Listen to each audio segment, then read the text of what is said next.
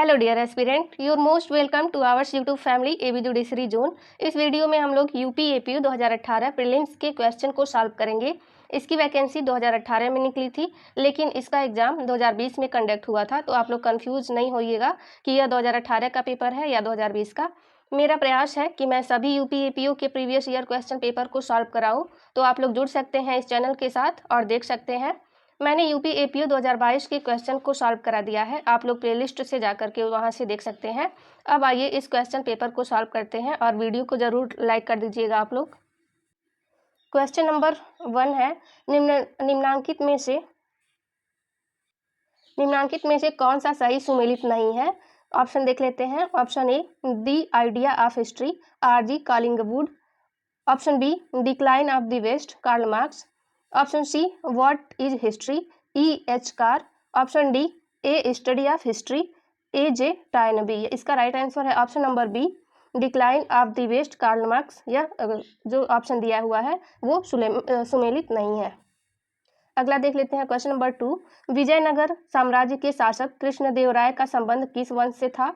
Option A, संगम वंश। Option B, Tulu वंश। Option C, अरविडु वंश। ऑप्शन डी, सलुव वंश। इसका राइट आंसर है ऑप्शन नंबर बी, तुलु वंश।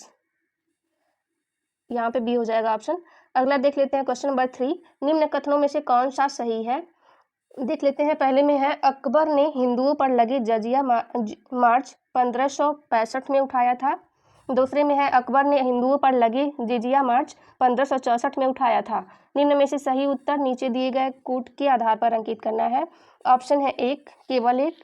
ऑप्शन बी, केवल 2। ऑप्शन सी, 1 और 2 दोनों। ऑप्शन डी, न तो 1 न ही 2। यहाँ पे राइट आंसर है ऑप्शन नंबर 2, अकबर ने हिंदुओं पर लगे जजिया मार्च 1564 में उठाया था। ये कथन सही है। अगला क्वेश्चन है 4, थॉट्स ऑन पाकिस्तान पुस्तक के लेखक कौन थे। ऑप्शन देख लेते हैं। Option A, B.R. Ambedkar. Option B, S.A. Latif. Option C, Khushwant Singh. And option D, Hakim Ajmal Khan. इसका राइट आंसर है option number A, B.R. Ambedkar. Question number 5, निम्न घटनाओं पर विचार कीजिए और इन्हें कालक्रमानुसार व्यवस्थित कीजिए। पहले में दे रखा है इलाहाबाद की संधि, दूसरा है अमृतसर की संधि, तीसरा है सालबाई की संधि और चौथा मंगलौर की संधि। तो इसको काल कब हुआ था, किस काल में, इसको वहाँ से मैच करना है। तो देख लेते हैं। सबसे पहले इलाहाबाद की संधि हुई थी, और फिर सालबाई की संधि हुई थी, और फिर मंगलौर की संधि हुई थी, और फिर अमृतसर की संधि हुई थी। तो इसका राइट आंसर हो जाएगा option number C. Question number 6 है, निम्न में से कौन सा 1940 में व्यक्तिगत सत्याग्रह के दूसरे सत्याग्रही थे। ऑप्शन है A, Vinoba Bhave. Option B, Mahatma Gandhi. Option C, Jawaharlal Nehru. And option D, Achyut Patwardhan. यहाँ पे राइट आंसर है option number C, Jawaharlal Nehru. अगला क्वेश्चन है 7, निम्न घटनाओं पर विचार कर उन्हें कलाक्रमानुसार व्यवस्थित कीजिए। देख लेते हैं। मोपला विद्रोह, तेभागा आंदोलन, बारदोली सत्याग्रह, चंपारण सत्याग्रह। तो सबसे पहले कौन हुआ था, चंपारण सत्याग्रह, तो 4 हो जाएगा। फिर मोपला विद्रोह हुआ था, और फिर बारदोली सत्याग्रह तीसरा, और फिर दूसरा हो गया था तेभागा आंदोलन। तो यहाँ पे राइट आंसर हो जाएगा ऑप्शन नंबर डी। अगला देख लेते हैं क्वेश्चन नंबर 8, निम्नांकित कथनों पर विचार कीजिए। पहले में दे रखा है, पाचन तंत्र में भोजन की गति अनैच्छिक होती है। दूसरा है, हृदय स्पंदन का नियंत्रण हमारी इच्छा के अधीन है। तीसरा है, मस्तिष्क का बायां भाग भाषा से संबंधित होता है। और चौथा है, मस्तिष्क का दायां भाग संगीत के रसास्वादन से संबंधित होता है। इन कथनों में देख लेते हैं। ऑप्शन ए, केवल 1, 3 तथा 4 सही है। बी, केवल 1, 2 तथा 3 सही है। ऑप्शन सी, केवल 2, 3 तथा 4 सही है। ऑप्शन डी, सभी 1, 2, 3, 4 सही है। यहाँ पे राइट आंसर है ऑप्शन नंबर ए, केवल 1, 3 तथा 4 सही है। अगला क्वेश्चन है 9, निम्नांकित में से कौन सा युग्म सही सुमेलित नहीं है। देख लेते हैं। ऑप्शन ए, एंजाइम पेप्सिन से सुमेलित है। बी, विटामिन बायोटीन होता है विटामिन में। ऑप्शन सी, बहुलक आरएनए, हार्मोन्स कोलेस्ट्रॉल। यहाँ पे राइट आंसर है option number D, hormone cholesterol. ये कथन सुमेलित नहीं है।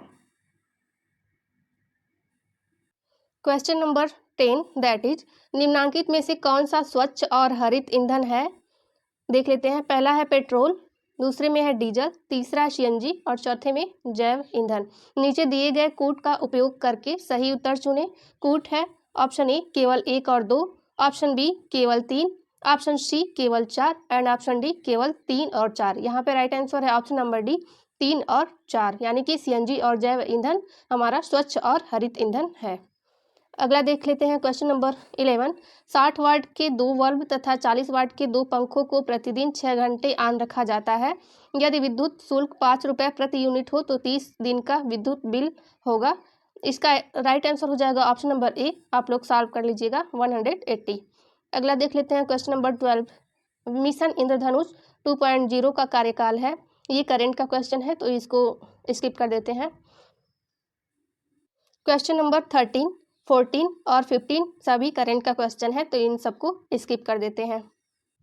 Question number 16 that is miss universe 2019 Joji बिनी टुंजी किस देश की है? तो यह भी करंट का क्वेश्चन है तो इसको भी स्किप कर देते हैं। नेक्स्ट है 17। निम्नांकित में से उत्तर प्रदेश पंचायतों की आय के स्रोतों का कौन सा अपवाद है? ऑप्शन ए पशु कर, ऑप्शन बी स्थानीय व्यापार कर, ऑप्शन सी भवन कर और ऑप्शन डी उपयुक्त में से कोई नहीं। यहाँ पे राइट आंसर है ऑप्शन नंबर डी उपयुक्त में से कोई नहीं, नॉन ऑफ द एबव। अगला क्वेश्चन है 18। निम्नांकित में से किस प्रकार की समानता का प्रयास निर्माताओं ने अनुच्छेद 17 व 18 के द्वारा किया गया है? ऑप्शन ए आर्थिक समानता, ऑप्शन बी सामाजिक समानता, ऑप्शन सी राजनीतिक समानता एंड ऑप्शन डी धार्मिक समानता। यहाँ पे राइट आंसर है ऑप्शन नंबर बी सामाजिक समानता, सोशल इक्वालिटी। अगला क्वेश्चन है 19। निम्नांकित बोर्ड को उनके मुख्यालय से जोड़िए। तो मैच कर लेते हैं। भारतीय कॉफी बोर्ड ये बेंगलुरु में है। अगला है तंबाकू बोर्ड, यह गुंटूर में है। और तीसरा है राष्ट्रीय मत्स्य विकास बोर्ड, यह हैदराबाद में स्थित है। और राष्ट्रीय जूट बोर्ड का मुख्यालय कोलकाता में है। तो इस हिसाब से हमारा राइट आंसर हो जाएगा ऑप्शन नंबर डी। तो आप लोग मैच कर लीजिएगा। अगला क्वेश्चन है 20। निम्नलिखित में से कौन सा वीजा यूएस कंपनियों में विदेशी नागरिकों द्वारा विनियोग को प्रेरित करने के उद्देश्य से लाया गया है? ऑप्शन है J1, option B H3, option C EB5, option D H1B। यहाँ पे राइट आंसर है option number C. Question number 21। निम्न में से कौन सा एक सही सुमेलित नहीं है? पहले में देश दे रखा है और दूसरे में राजधानी, पढ़ लेते हैं। Option A Slovenia Vaduz, option B Austria Vienna, option C Slovakia का हो जाएगा ब्रातिस्लावा और डी क्रोएशिया का जाग्रेब दे रखा है। यहाँ पे राइट आंसर है ऑप्शन नंबर ए। स्लोवेनिया की राजधानी वडूज नहीं है बल्कि जुबलजना है। अगला क्वेश्चन है 22। निम्नांकित में से कौन सा तट मच्छर तट के नाम से जाना जाता है?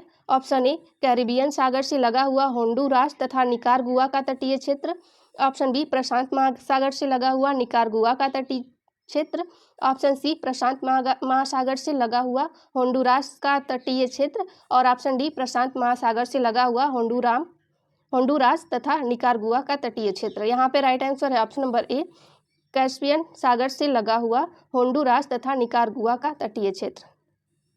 अगला क्वेश्चन है 23। 2011 की जनगणना के अनुसार भारत का लिंगानुपात क्या था? ऑप्शन देख लेते हैं। ऑप्शन ए 946 महिलाएं हर 1000 पुरुषों पर, ऑप्शन बी 945 महिलाएं हर 1000 पुरुषों पर, ऑप्शन सी 940 महिलाएं हर 1000 पुरुषों पर और ऑप्शन डी 933 महिलाएं हर 1000 पुरुषों पर। यहाँ पे राइट आंसर है ऑप्शन नंबर सी 940 महिलाएं हर 1000 पुरुष पर। अगला क्वेश्चन है 24। निम्नांकित में से कौन सा युग्म सही सुमेलित नहीं है? देख लेते हैं। पहले में राज्य है और दूसरे में 2011 की जनगणना के अनुसार जनसंख्या घनत्व। Option A Bihar 1106, option B Uttar Pradesh 829, option C Tamil Nadu 555 और ऑप्शन डी केरल 760। यहाँ पे राइट आंसर है ऑप्शन नंबर डी केरल 760, क्योंकि यहाँ पे 760 नहीं बल्कि 860 घनत्व था केरल का। अगला क्वेश्चन है 25। निम्नांकित में से कौन सा सही सुमेलित नहीं है? ऑप्शन देख लेते हैं। ऑप्शन ए हाथी गुम्फा उड़ीसा, ऑप्शन बी एलोरा महाराष्ट्र, सी बाघ का दे रखा है मध्य प्रदेश, ऑप्शन डी नागार्जुन पहाड़ी पश्चिम बंगाल। यहाँ पे राइट आंसर हो जाएगा ऑप्शन नंबर डी नागार्जुन पहाड़ी पश्चिम बंगाल। यह कथन सुमेलित नहीं है। अगला क्वेश्चन है 26। निम्नांकित में से कौन सा शासक मौर्य राजवंश से संबंधित नहीं है? Option A Chandragupta Maurya, option B Bimbisara, option C Ashoka, option D Brihadratha. यहाँ पे राइट आंसर है option number B Bimbisara. Question number 27 that is Badshahnama के लेखक कौन थे? Option A Abul Fazl, option B Mohammad Kazim, option C Gulbadan Begum and option D Abdul Hamid Lahori. यहाँ पे राइट आंसर है option number D Abdul Hamid Lahori. अगला क्वेश्चन है 28। महारानी एलिजाबेथ ने ईस्ट इंडिया कंपनी को पूर्व में व्यापार करने हेतु राजकीय अध्यादेश कब जारी किया था? ऑप्शन देख लेते हैं। ऑप्शन ए 31 दिसंबर 1609, ऑप्शन बी 31 दिसंबर 1606, ऑप्शन सी 31 दिसंबर 1600 एंड ऑप्शन डी 31 दिसंबर 1601। यहाँ पे राइट आंसर है ऑप्शन नंबर सी 31 दिसंबर 1600। अगला क्वेश्चन है 29। सूची 1 को सूची 2 से मिलान कीजिए और सही उत्तर का चयन निम्नांकित कूट की सहायता से कीजिए। मिला लेते हैं। एक में दे रखा है गायकवाड़, ये बड़ौदा के थे, और होलकर ये इंदौर के थे, सिंधिया ग्वालियर के थे, और भोसले ये नागपुर के थे। इस हिसाब से राइट आंसर है हमारा ऑप्शन नंबर ए। अगला क्वेश्चन है 30। वायकोम सत्याग्रह के संदर्भ में निम्न में से कौन सा कथन सही है? पढ़ लेते हैं। पहला है यह त्रावणकोर में शुरू हुआ था, और दूसरा है यह केरल में नमक कर के खिलाफ था। यहाँ पर निम्न कोटों की सहायता से उत्तर का चयन कीजिए। ऑप्शन ए केवल एक, ऑप्शन बी केवल दो, ऑप्शन सी एक और दो दोनों, ऑप्शन डी न तो एक और न ही दो। यहाँ पे राइट आंसर है ऑप्शन नंबर बी केवल दो। अगला क्वेश्चन है 31। निम्न में से कौन सा सही सुमेलित नहीं है? ऑप्शन देख लेते हैं। सूरत की संधि 1775, ऑप्शन बी मद्रास की संधि 1769, ऑप्शन सी बेसिन की संधि 1803 एंड ऑप्शन डी लाहौर की संधि 1846। यहाँ पे राइट आंसर है ऑप्शन नंबर सी बेसिन की संधि 1803 में नहीं हुई थी, तो ये हमारा राइट आंसर हो जाएगा। Question number 32।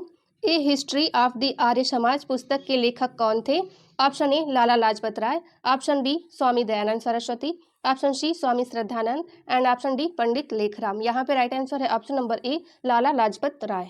अगला क्वेश्चन है 33। अंतरिक्ष में से देखने पर पृथ्वी दिखाई पड़ती है मुख्यतः। ऑप्शन ए नीली, ऑप्शन बी भूरी, ऑप्शन सी पीली एंड ऑप्शन डी लाल। यहाँ पे राइट आंसर है ऑप्शन नंबर ए नीली, क्योंकि पानी की वजह से अंतरिक्ष से पृथ्वी नीली दिखाई देती है। अगला क्वेश्चन है 34। 1977 में चेचक का अंतिम प्राकृतिक रोगी निम्नांकित में से किस देश में प्रतिवेदित किया गया था? Option A Kenya, option B Nigeria, option C Somalia and option D Vietnam. यहाँ पे राइट आंसर है ऑप्शन नंबर सी सोमालिया। अगला क्वेश्चन है 35।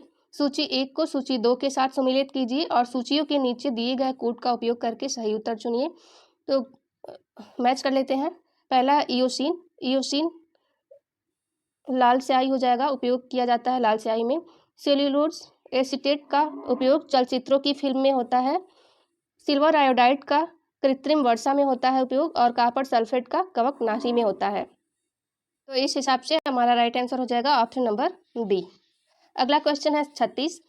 इंद्रधनुष के सीमांत वर्णपट होते हैं, यानी कि सबसे ऊपर वाला और सबसे निचली जो कलर होता है उसके बारे में बताना है।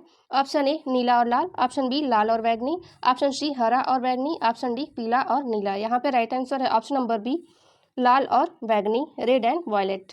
अगला है 37। निम्नांकित में से कौन सा एक सही सुमेलित नहीं है? फानी, ये उष्णकटिबंधीय चक्रवात, महीना एवं वर्ष, यह करंट का क्वेश्चन है, तो इसको स्किप कर देते हैं। क्वेश्चन नंबर 38, 39, 40 और 41 करंट का क्वेश्चन है, तो इन सबको स्किप कर देते हैं। अगला क्वेश्चन पढ़ लेते हैं 42। निम्नलिखित में से कौन सा कथन सही है?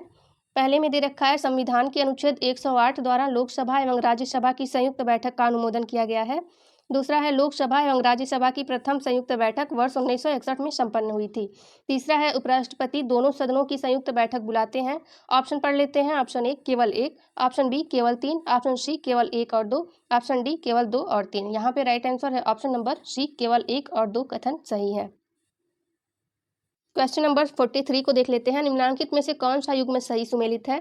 ऑप्शन ए संविधान का भाग 2 मौलिक अधिकार, ये तो बिल्कुल गलत है। ऑप्शन बी संविधान का भाग 3 नागरिकता, ये भी गलत है। ऑप्शन सी संविधान का भाग 5 में निर्देशक सिद्धांत, ये भी गलत है। ऑप्शन डी संविधान का भाग 8 संघ राज्य क्षेत्र, यहाँ पे राइट आंसर है इसका ऑप्शन नंबर डी संविधान का भाग 8 संघ राज्य क्षेत्र से संबंधित है।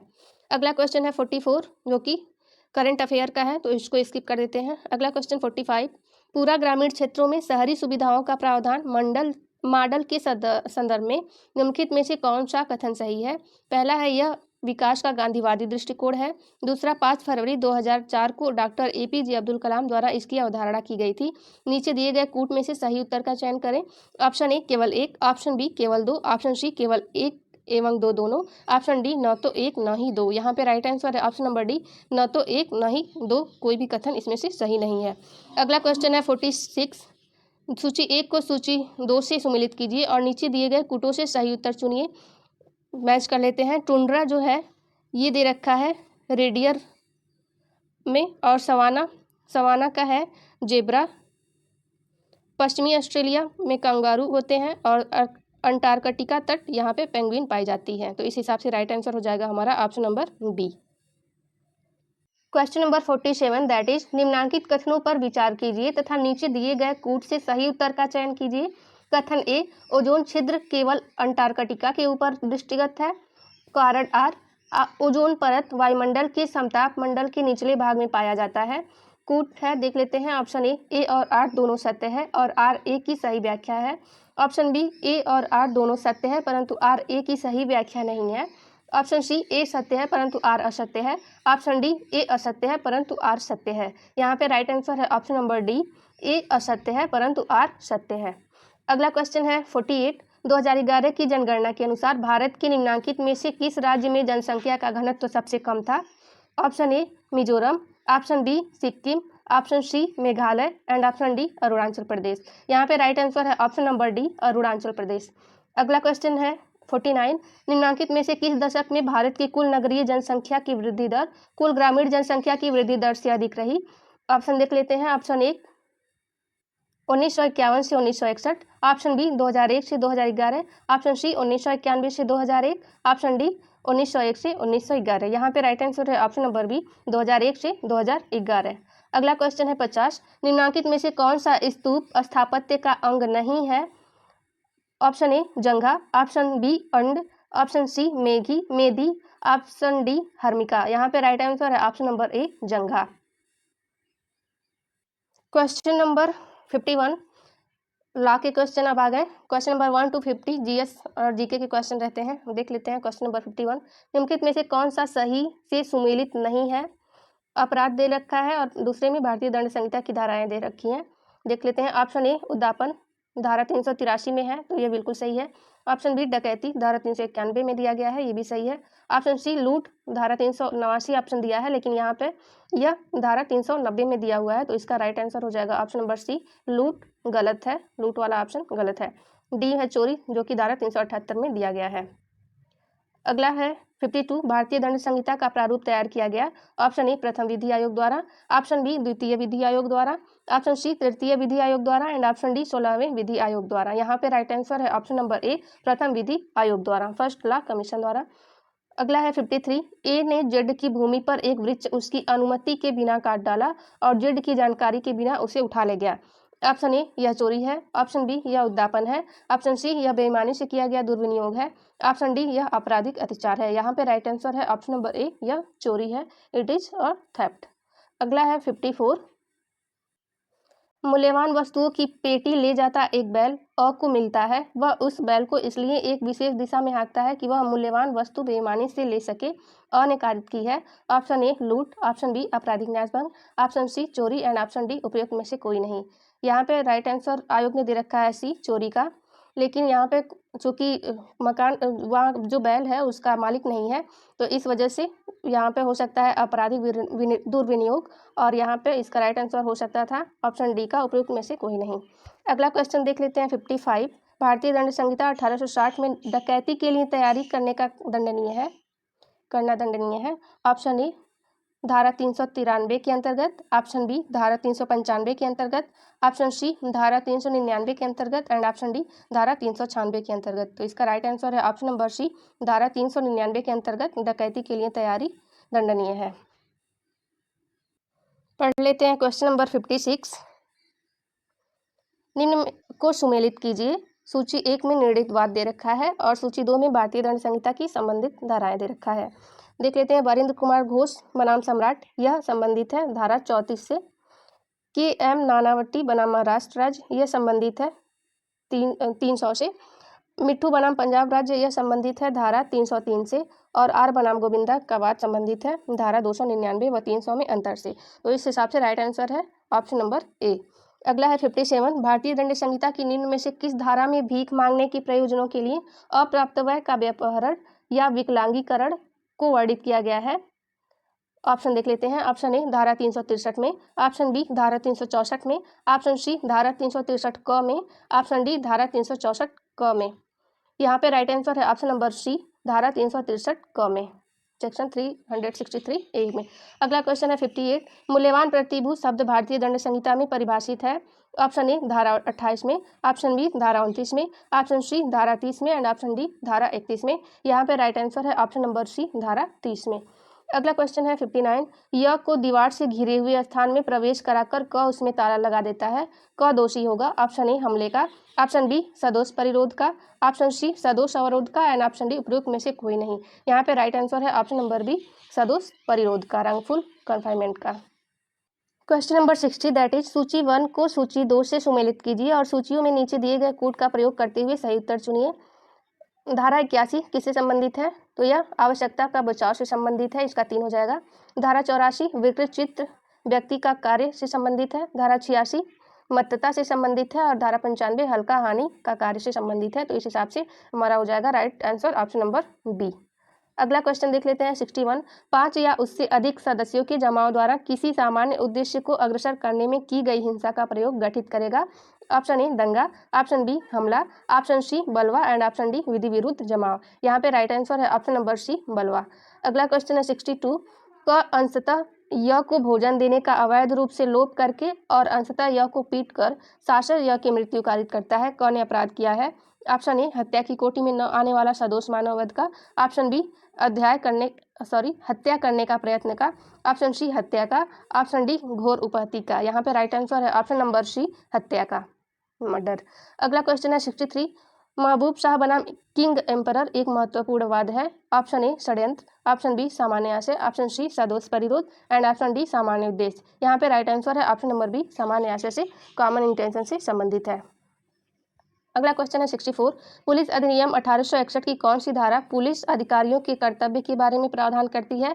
ऑप्शन ए धारा 10, ऑप्शन बी धारा 23, ऑप्शन सी धारा 18 एंड ऑप्शन डी धारा 24। यहाँ पे राइट आंसर है ऑप्शन नंबर बी धारा 23, सेक्शन 23। अगला क्वेश्चन है 65, पुलिस अधिनियम 1861 की निम्नलिखित में से कौन सी धारा पुलिस को सार्वजनिक सभाओं और जुलूसों को विनियमित करने और उसके लिए अनुज्ञप्ति देने की शक्ति प्रदान करती है? ऑप्शन ए धारा 32, ऑप्शन बी धारा 30, ऑप्शन सी धारा 28 एंड ऑप्शन डी धारा 26। यहाँ पे राइट आंसर है ऑप्शन नंबर बी धारा 30।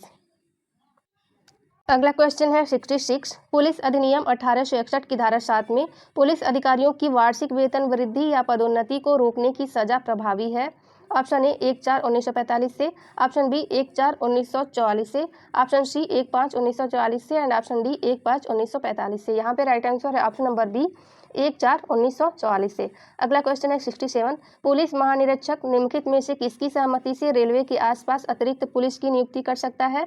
ऑप्शन ए जिला मजिस्ट्रेट, ऑप्शन बी रेल मंत्रालय, ऑप्शन सी राज्य सरकार एंड ऑप्शन डी पुलिस अधीक्षक रेलवे। यहाँ पे राइट आंसर है ऑप्शन नंबर सी राज्य सरकार, स्टेट गवर्नमेंट। अगला क्वेश्चन है 68, उत्तर प्रदेश पुलिस विनियम का कौन सा अध्याय फरार अपराधी से संबंधित है? ऑप्शन ए अध्याय 24, ऑप्शन बी अध्याय 19, ऑप्शन सी अध्याय 37 एंड ऑप्शन डी अध्याय 18। यहाँ पे राइट आंसर है ऑप्शन नंबर बी अध्याय 19।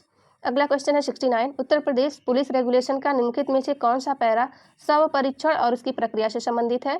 Option A para 139, option B para 140, option C para 137 and option D para 138। यहाँ पे राइट आंसर है ऑप्शन नंबर ए पैरा 139।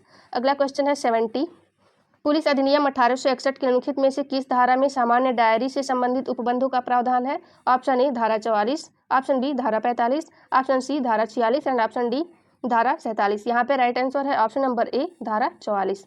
अगला क्वेश्चन है 71, जन्म और मरण की रिपोर्ट देने के प्रयोजन से ग्राम चौकीदार को अपने पुलिस थाने पर नियत दिनांक तिथि को अनिवार्य रूप से हाजिर होना चाहिए? ऑप्शन ए मास में 1 बार, ऑप्शन बी मास में 2 बार, ऑप्शन सी मास में 3 बार एंड ऑप्शन डी वर्ष में 1 बार। यहाँ पे राइट आंसर है ऑप्शन नंबर बी मास में 2 बार, यानी कि 1 महीने में 2 बार। अगला क्वेश्चन है 72।